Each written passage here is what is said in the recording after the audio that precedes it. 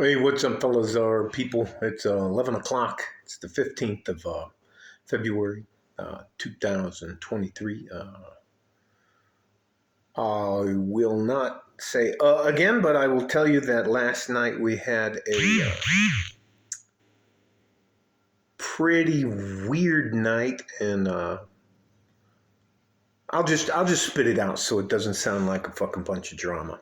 Um, we try to go for a walk for about 10 to 15 minutes after we eat dinner, and it helps us out. It's one of the things Andrew Huberman, David Sinclair, and all the people who are trying to get you to exercise a little bit more and help yourself as you move through your life. And when we left, I told my wife, I was like, hey, there's a big old blacked out Suburban over there, and I would laugh, and I laughed to her and was chuckling around, and those are the vehicles that the Secret Service uses in part of the it's called the CAT team, which is the counter assault team. And if I hadn't already told you, and I'm not bragging, I used to work for I was detailed to the Secret Service to work for the TSD division, the Technical Security Division. So what would happen is I would go and do things that would blow myself up, or sweep cars. I know how to sweep cars. I know how to sweep houses. I know how to sweep furniture. I know how to look for bugs. I know all that kind of stuff. So, and what they would do is it's cheaper to use a guy like me than to have to pay some TSD guy who they spent a lot of money on. And it just doesn't fucking matter. And I was like, and so we left, and we go for a walk. We walk down to the mailbox, and then we walk up and around a street that's kind of like a loop. It comes back to our front door, and we come back to our front. I leave the front light on. I leave the driveway light on, so it's very well lit. And it looked like in the Suburban somebody was moving around, and I commented to my wife. I said, I think somebody's over there having sex.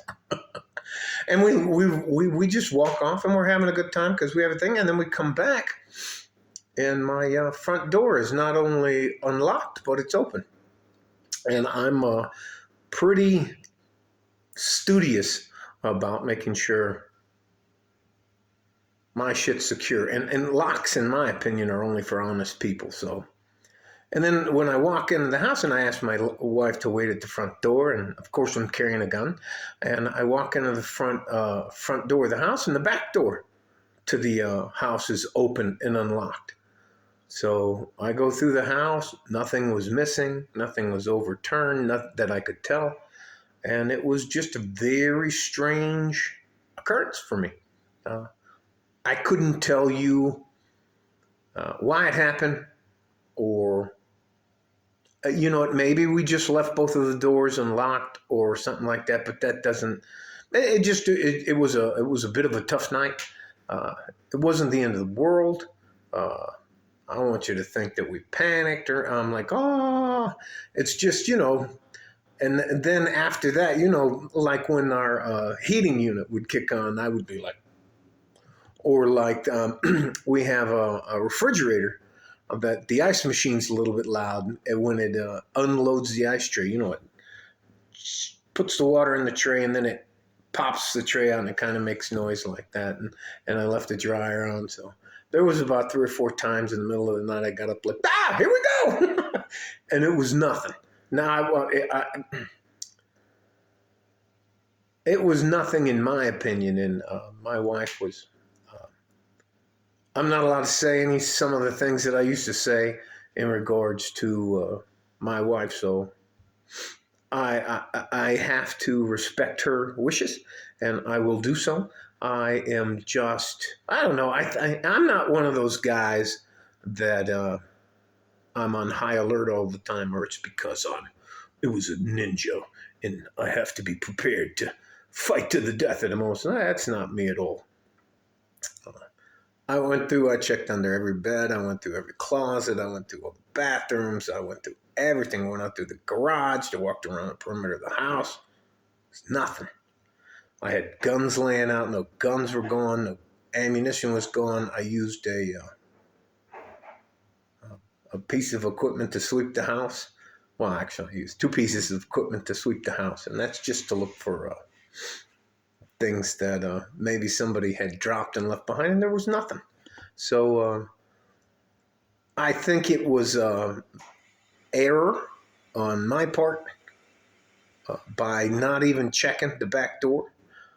And you know, sometimes when a house is pressurized, if you push the front door closed, maybe the pressure opened up the back door of the house. But anyways, it's not the end of the world.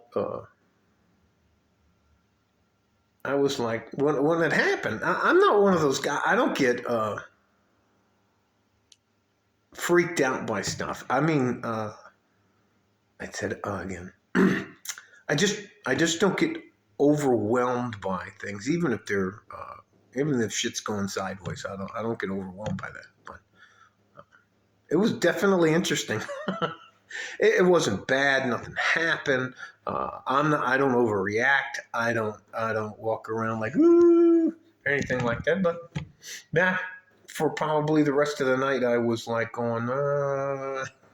And now today we have wind. And there's like 50-mile-an-hour wind gust. I pulled my flag down. It's just no big deal. I'll have to wait a lot later in the day after 5 to put my garbage cans out because tomorrow's garbage day. But no, it was pretty interesting. My wife's eyes were like this, and she was walking around the house. She was like, you guys stay safe and healthy. Sometimes I believe in what's called Occam's razor, and that means when you eliminate all of the things that you can eliminate, the last thing that you can't eliminate is it, and I put that on me as human error. So, no, I don't think anything nefarious is going on, or I don't consider myself that important at all. So, yeah, it was pretty interesting. My wife was on the opposite end of that spectrum. You know, and I'm sleeping. I'm out. I'm like, and you get this. Hey, are you awake? No, babe, I'm trying to sleep. I heard something. Can you go check? Like, you know, and again, you just have to get up and check. It's not the end of the world. And I urge you again.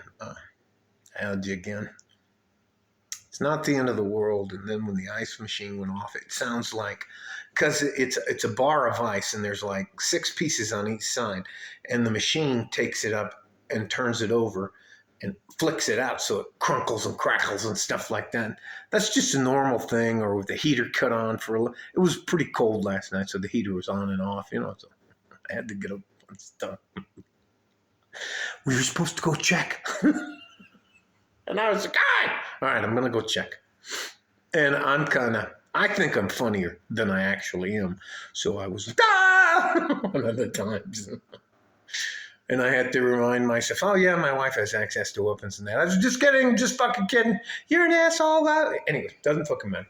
You guys stay safe and healthy. Take care of each other if you can. If you can't, take care of yourself. So, dun, dun, dun. Like a fart in a G-string from West Texas, El Paso. I'm out of here. Bye-bye.